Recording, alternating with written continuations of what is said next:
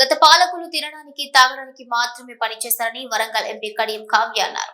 జనగామ జిల్లా స్టేషన్ ఘన్పూర్ రిజర్వాయర్లు ఉచిత చేప పిల్లల పంపిణీకి ఎమ్మెల్యే కడియం శ్రీహరితో హాజరయ్యారు. ఇక అనంతరం మాట్లాడుతూ గత పాలకులపై తీవ్ర స్థాయిలో మండిపడ్డారు. ఇప్పుడు ఏదో చేస్తున్నామని పగటికలలు కంటున్నారని విమర్శించారు.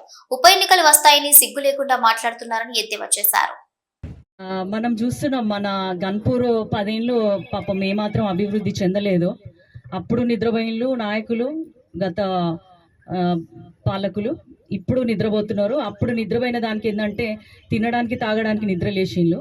ఇప్పుడేమో పగటి కళ్ళలు అంటున్నారు అనమాట. ఏదో మనము పొడి చేస్తాము వచ్చేస్తాము ఉప ఎన్నికలు వస్తాయని కొంచెం అట్లనే నిద్రపోమని చెప్తున్నా నేను వాళ్ళకి.